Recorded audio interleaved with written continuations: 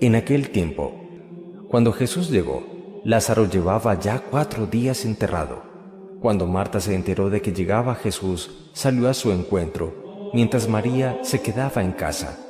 Y dijo Marta a Jesús: Señor, si hubieras estado aquí no habría muerto mi hermano, pero aún ahora sé que todo lo que pidas a Dios, Dios te lo concederá. Jesús le dijo: Tu hermano resucitará. Marta respondió: Sé que resucitará en la resurrección del último día. Jesús le dice: Yo soy la resurrección y la vida. El que cree en mí, aunque haya muerto, vivirá. Y el que está vivo y cree en mí, no morirá para siempre. ¿Crees esto? Ella le contestó: Sí, Señor. Yo creo que tú eres el Mesías, el Hijo de Dios, el que tenía que venir al mundo. Palabra del Señor. Gloria a ti, Señor Jesús. Encontramos en el llamado tiempo litúrgico de la Cuaresma una seguidilla de evangelios a lo largo de los 5 domingos del tiempo cuaresmal que de una manera pedagógica nos habla de un itinerario, un caminar en la fe. Siempre se nos presenta como en el primer domingo de Cuaresma a Jesús tentado en el desierto. Es el hombre como nosotros que está también sometido a tentación, que vive pruebas, dificultades como tú y como yo. Pero el segundo domingo de Cuaresma nos habla ya de un Jesús humano, nos habla de un Jesús glorificado, transfigurado, grande. En efecto, en la transfiguración en el monte Tabor, el Padre Dios hablará de su Hijo Jesús como mi Hijo muy amado, en quien tengo mis complacencias, escúchenlo. Nos damos cuenta que en los 2 primeros domingos de la Cuaresma, primero se nos habla de Jesús como hombre y luego de Jesús como Dios. Pero viene un tercer domingo cuaresmal y se nos habla de que Jesús en la mujer samaritana despierta la sed de infinito, la sed de eternidad, la sed de Dios. Tenemos hambre y sed humanas, tenemos necesidades en el mundo, pero hay un hambre y hay una sed más profunda en el ser humano y es sed de amor, sed de vida, sed de Dios. Por su parte, en el 4 domingo de Cuaresma, se nos presenta un Jesús que ilumina la vida de un ciego de nacimiento, arquetipo o prototipo de la humanidad, cuando a veces vivimos con gran ceguera espiritual. De hecho, cuando una persona lleva mucho tiempo sin buscar de Dios y se acerca a un sacerdote, afirmará: Padre, yo vivía como ciego. Yo no sabía el mal que causaba a mi familia. Yo no era consciente del daño que realizaba. Viene Jesús en el 4 domingo de la Cuaresma a iluminar nuestra vida y a decirnos: por un camino de luz tú puedes vivir de manera distinta. Pero he aquí que en el domingo 5 de la Cuaresma y cerrando precisamente este ciclo litúrgico del año, encontramos el punto más alto de la donación de Dios. Jesús viene a resucitar a los muertos. Jesús viene a darle vida a aquel que no tiene vida interior. De alguna manera reconozcamos ese itinerario y vamos a plantear a partir de la resurrección de Lázaro y el precioso texto que acabamos de escuchar, vamos a descubrir 3 grandes mensajes para nuestra vida. El primero, Jesús llora. Sí, efectivamente Jesús llora. Llora como hombre por su amigo entrañable, Lázaro de Betania, hermano de Marta y María. Pero el llanto conmovido de Jesús no es solamente por la humanidad de Lázaro, sino que en el fondo Lázaro es prototipo del hombre que muere por su pecado, de la muerte espiritual, de la muerte que en el alma genera el pecado personal. Es que es una experiencia muy universal y todos nosotros hemos experimentado por el pecado esa muerte interior como tristeza de la vida, como división frente a los demás, como encerramiento en nosotros mismos, como una falta de gusto o de sentido por la existencia y por lo que hacemos. Estas características de alguna forma señalan cómo en el ser humano hay expresiones de muerte espiritual. Y Jesús, nos dice el evangelista Juan en el capítulo 11, se conmueve y llora, se entristece por su amigo, se duele porque la muerte tiene poder sobre el hombre. Pero no solamente la muerte biológica, al fin de cuentas somos organismos como los animales, nacemos, crecemos, maduramos, nos envejecemos y morimos. No, Jesús habla de esa muerte más profunda que el pecado genera en el hombre, arrebata la vida eterna, la vida con Dios más allá de la muerte. Hoy nos damos cuenta que estamos abocados a esa realidad y que el Señor se conmueve, se preocupa y llora por ti y llora por mí, porque el proyecto eterno de Dios no es propiamente que el hombre muera, sino que se convierta y viva. Reflexionando sobre un expresivo texto evangélico, la resurrección de Lázaro, un acontecimiento que sacudió profundamente a los hombres y mujeres en tiempo de Jesús y que nos lleva a mostrar un hombre que tiene poder sobre el misterio de la muerte, el poder de la muerte, el hombre Dios Jesucristo. Pero analicemos, reflexionemos en un segundo aspecto dentro de este evangelio. Vamos a enunciar esta frase y la vamos a hacer de manera lenta para que tú la puedas asimilar en tu vida.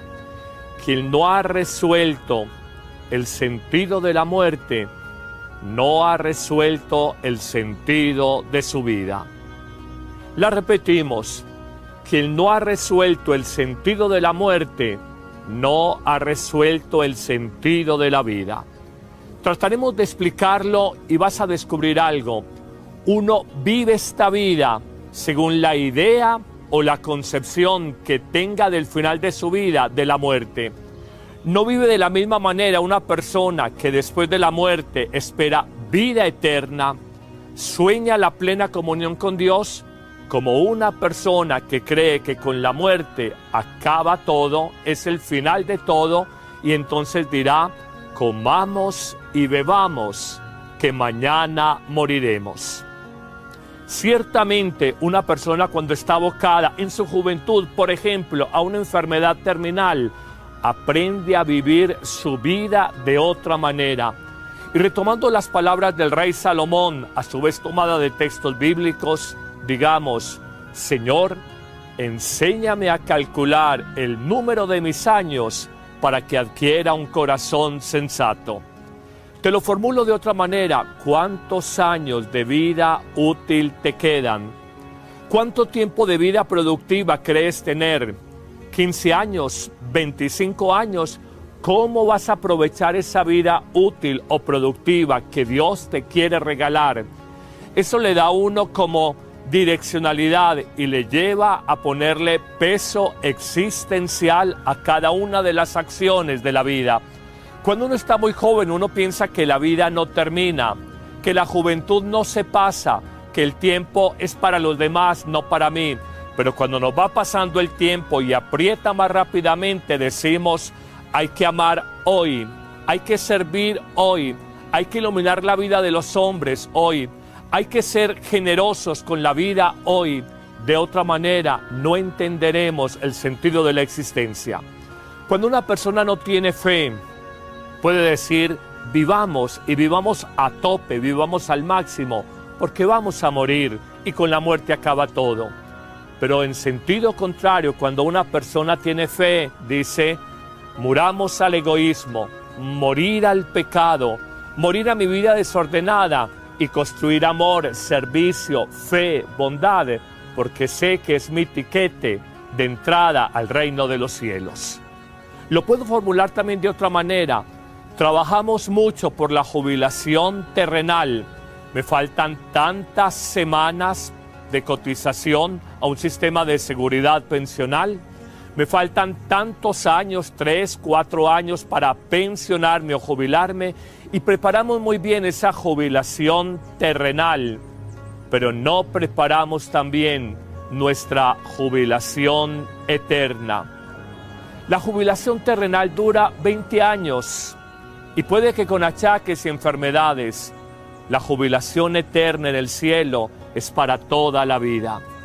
Y eso nos lleva a nosotros a pensar, ten claridad del sentido de la muerte, que no es final de la vida, sino tránsito a la vida verdadera, que no es morir, sino verdadero nacimiento a la vida con Dios. Ten claridad de la muerte para que tengas claridad sobre cómo vivir tu vida. Finalizaré este segmento diciendo que a mí me cuesta entender una persona agnóstica o atea con el tema de la muerte, porque pienso que si uno no tiene esperanza en una vida plena, en una vida definitiva, en una vida mejor y con Dios, la muerte sencillamente desespera. La muerte angustia, porque la muerte es solo pérdida, duelo. Arrancados de lo mejor de la vida terrenal, no nos espera nada. Esa sería la mirada un poco de un agnóstico, de un ateo, de un no creyente. Pero en Cristo, y solo en Cristo, entendemos que con la muerte se da un tránsito hacia la vida verdadera. Los santos entendieron esto plenamente y San Ambrosio afirmará: la muerte del cadáver que observas es aparente, la vida continúa. O con Santa Teresita del Niño Jesús decimos, como ella le comentaba a sus hermanas del Carmelo de Lisieux, no lloren por mí, yo no muero, yo entro en la verdadera vida. Agonizando la santica francesa afirmaba, yo no muero, no lloren por mí, yo entro en la verdadera vida. Este segmento final, conclusivo, y me parece tan interesante sobre esta reflexión de la resurrección de Lázaro, un precioso texto que veíamos al comenzar el programa. Vamos a decir algo que es poderoso. Todo el misterio de la fe cristiana se construye no solamente sobre la resurrección de Cristo, en su famosísima expresión, yo soy la resurrección y la vida. Ciertamente hay una promesa, una esperanza muy grande de resucitar más allá de la muerte. Pero atención, tal vez lo más hermoso y poderoso de la fe cristiana es que Jesús nos quiere comunicar su vida nueva aquí, en este lugar y ahora, justo en este tiempo, a esta hora.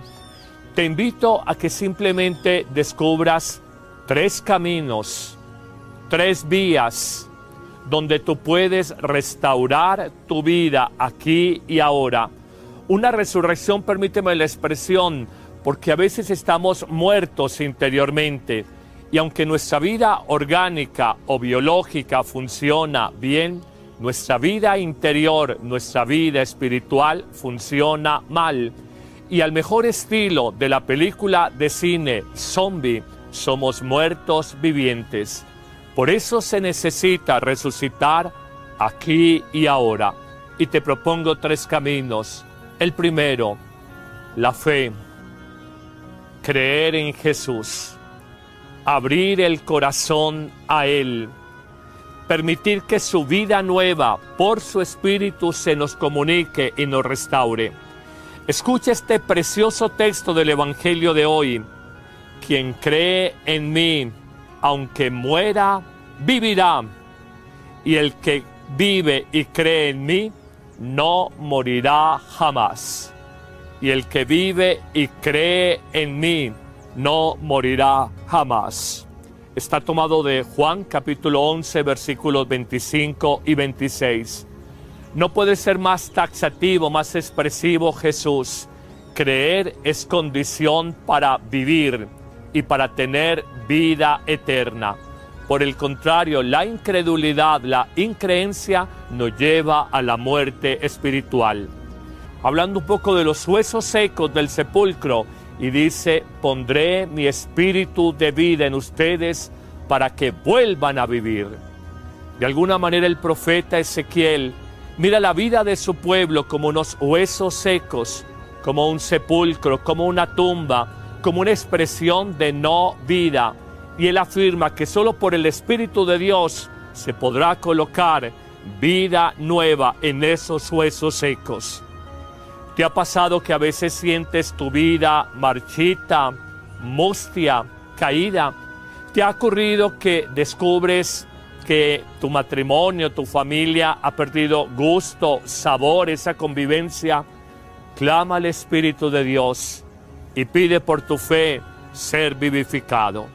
Si en ustedes habita el Espíritu de Dios que resucitó a Cristo de entre los muertos, del mismo modo ese Espíritu de Dios los va a resucitar a ustedes. Esto no es literatura. Esto no es una expresión lanzada al aire. Esto es una promesa, bendición de Dios. Una a través de Jesucristo, otra vez a través del profeta Ezequiel y finalmente esta a través del apóstol San Pablo. Recibir el Espíritu de Dios para poder vivir, pero se nos pide creer. Hay un segundo camino conclusivo para revivir, restaurar la vida aquí y ahora, y es el amor. En efecto, Romanos 5:5 afirmará que el amor de Dios ha sido derramado en nuestros corazones por el Espíritu Santo que se nos ha dado. La vida como sacerdote me enseña que un hombre, una mujer que aman, se sienten vivos, aman su trabajo, aman su familia, aman un proyecto de vida. Por el contrario, un hombre o una mujer que no aman se experimentan muertos en vida. El amor vivifica, el amor restaura. Me gustaría decirle a un farmacéutico que siempre que vaya gente a pedirle alguna medicina, espontáneamente le recuerde que hay una medicina gratuita, que hay un medicamento que no tiene ningún costo, que no le hace daño a ninguna persona, que no tiene contraindicaciones. Ese medicamento se llama amor. Puedes tener depresión, neurosis, bipolaridad, estar muerto interiormente, pero si recibes todos los días una dosis de 3 gotas de amor de tu familia, de los tuyos, amor que es paciencia contigo, amor que es comprensión, amor que es acompañamiento, probablemente irás sanando de tus dolencias interiores y también de tus dolencias físicas. El amor, si no sana las dolencias físicas, las hace por lo menos más llevaderas. Que fuerces el amor. El Cantar de los Cantares en el capítulo 8, versículo 6 afirmará que el amor es más fuerte que la muerte. El amor es más fuerte que la muerte.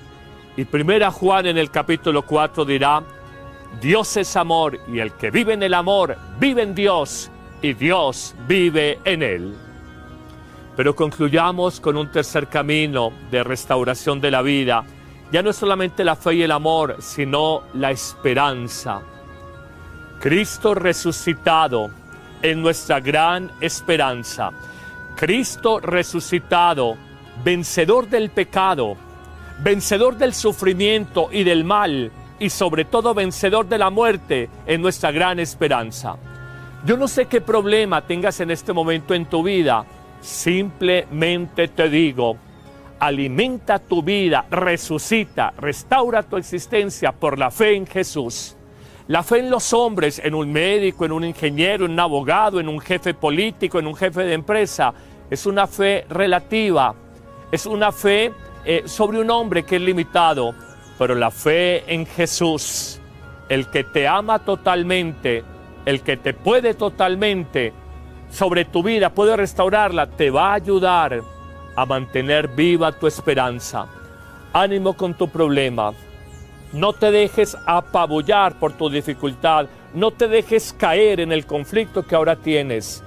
Jesús, vencedor del pecado, del dolor, el mal y la muerte, es la gran esperanza de nosotros los cristianos. Termino diciendo: la resurrección no es una idea. La resurrección es una persona, Cristo. Yo soy la resurrección y la vida. El que cree en mí, aunque muera, vivirá. Es la promesa del Señor. Dios los bendiga a todos.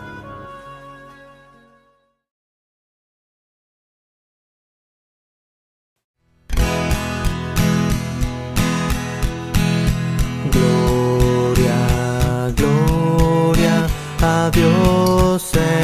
el cielo y en la tierra paz a los hombres que ama el Señor, y en la tierra paz a los hombres que ama el Señor.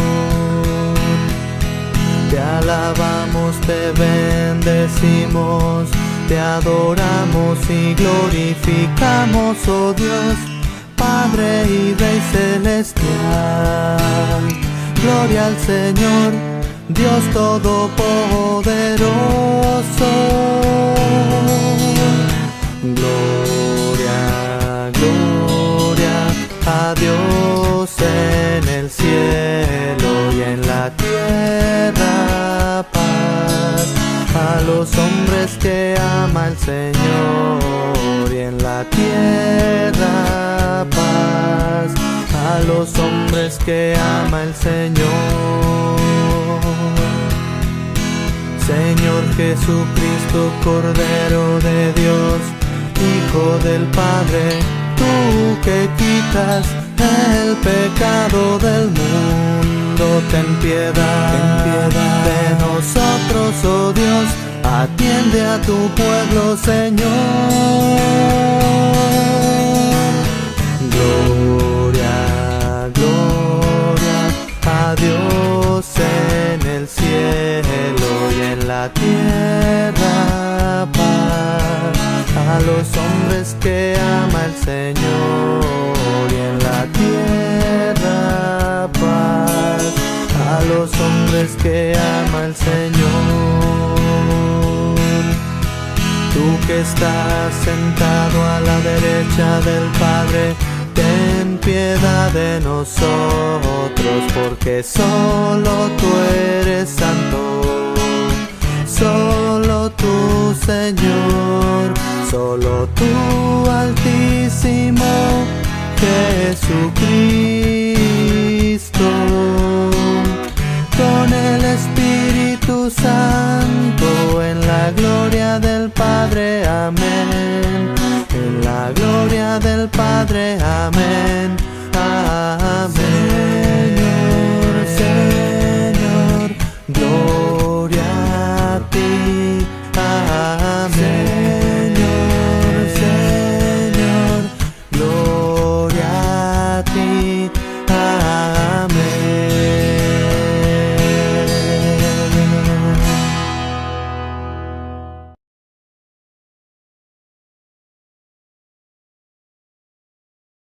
Y le lleva a ponerle peso existencial a cada una de las acciones de la vida. Cuando uno está muy joven, uno piensa que la vida no termina, que la juventud no se pasa, que el tiempo es para los demás, no para mí. Pero cuando nos va pasando el tiempo y aprieta más rápidamente, decimos, hay que amar hoy, hay que servir hoy, hay que iluminar la vida de los hombres hoy, hay que ser generosos con la vida hoy. De otra manera, no entenderemos el sentido de la existencia. Cuando una persona no tiene fe, puede decir, vivamos y vivamos a tope, vivamos al máximo, porque vamos a morir y con la muerte acaba todo. Pero en sentido contrario, cuando una persona tiene fe, dice, muramos al egoísmo, morir al pecado, morir a mi vida desordenada y construir amor, servicio, fe, bondad, porque sé que es mi tiquete de entrada al reino de los cielos. Lo puedo formular también de otra manera. Trabajamos mucho por la jubilación terrenal. Me faltan tantas semanas de cotización a un sistema de seguridad pensional. Me faltan tantos años, 3, 4 años para pensionarme o jubilarme, y preparamos muy bien esa jubilación terrenal, pero no preparamos también nuestra jubilación eterna. La jubilación terrenal dura 20 años y puede que con achaques y enfermedades. La jubilación eterna en el cielo es para toda la vida.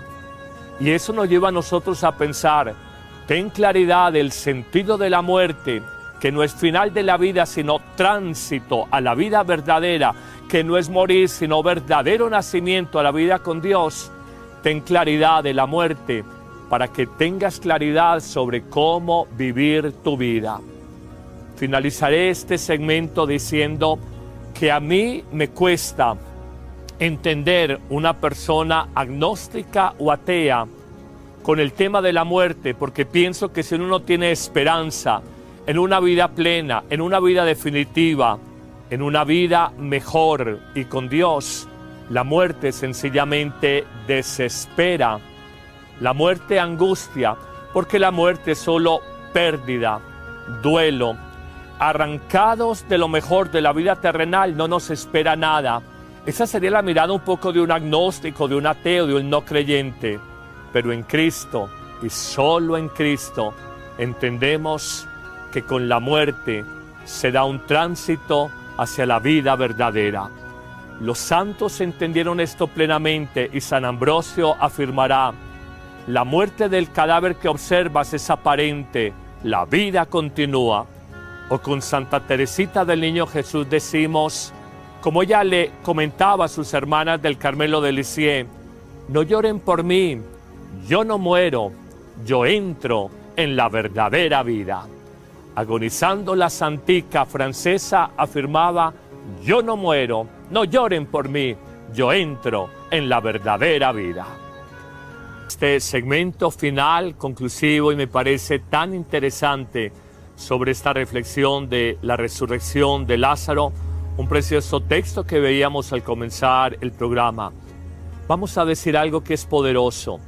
Todo el misterio de la fe cristiana se construye no solamente sobre la resurrección de Cristo, en su famosísima expresión, yo soy la resurrección y la vida. Ciertamente hay una promesa, una esperanza muy grande de resucitar más allá de la muerte.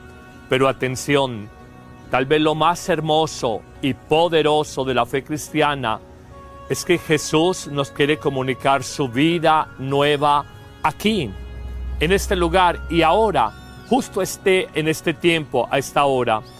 Te invito a que simplemente descubras 3 caminos, 3 vías, donde tú puedes restaurar tu vida aquí y ahora. Una resurrección, permíteme la expresión, porque a veces estamos muertos interiormente, y aunque nuestra vida orgánica o biológica funciona bien, nuestra vida interior, nuestra vida espiritual funciona mal. Y al mejor estilo de la película de cine zombie, somos muertos vivientes. Por eso se necesita resucitar aquí y ahora. Y te propongo 3 caminos. El primero, la fe. Creer en Jesús. Abrir el corazón a Él. Permitir que su vida nueva, por su Espíritu, se nos comunique y nos restaure. Escucha este precioso texto del Evangelio de hoy. Quien cree en mí, aunque muera, vivirá. Y el que vive y cree en mí, no morirá jamás. Y el que vive y cree en mí, no morirá jamás. Está tomado de Juan capítulo.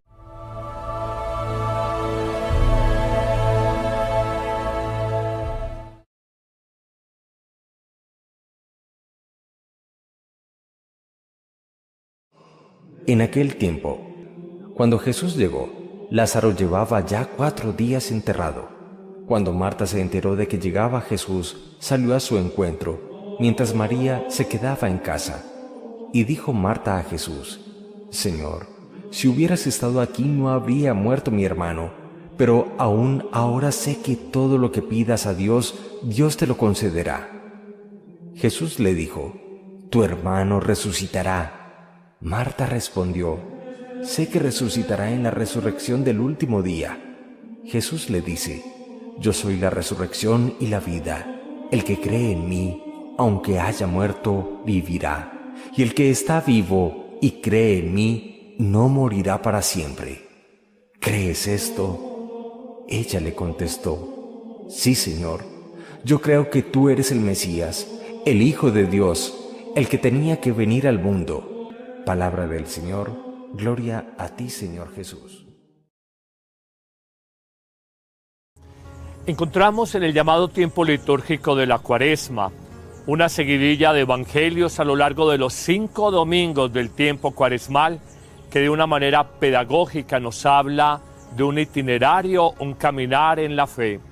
Siempre se nos presenta como en el primer domingo de Cuaresma a Jesús tentado en el desierto. Es el hombre como nosotros que está también sometido a tentación, que vive pruebas, dificultades como tú y como yo. Pero el segundo domingo de Cuaresma nos habla ya de un Jesús humano, nos habla de un Jesús glorificado, transfigurado, grande. En efecto, en la transfiguración en el monte Tabor, el Padre Dios hablará de su Hijo Jesús como mi Hijo muy amado, en quien tengo mis complacencias, escúchenlo. Nos damos cuenta que en los 2 primeros domingos de la Cuaresma, primero se nos habla de Jesús como hombre y luego de Jesús como Dios. Pero viene un tercer domingo cuaresmal y se nos habla de que Jesús en la mujer samaritana despierta la sed de infinito, la sed de eternidad, la sed de Dios. Tenemos hambre y sed humanas, tenemos necesidades en el mundo, pero hay un hambre y hay una sed más profunda en el ser humano y es sed de amor, sed de vida, sed de Dios. Por su parte, en el cuarto domingo de Cuaresma, se nos presenta un Jesús que ilumina la vida de un ciego de nacimiento, arquetipo o prototipo de la humanidad, cuando a veces vivimos con gran ceguera espiritual. De hecho, cuando una persona lleva mucho tiempo sin buscar de Dios y se acerca a un sacerdote, afirmará: Padre, yo vivía como ciego, yo no sabía el mal que causaba a mi familia, yo no era consciente del daño que realizaba. Viene Jesús en el cuarto domingo de la Cuaresma a iluminar nuestra vida y a decirnos: por un camino de luz tú puedes vivir de manera distinta.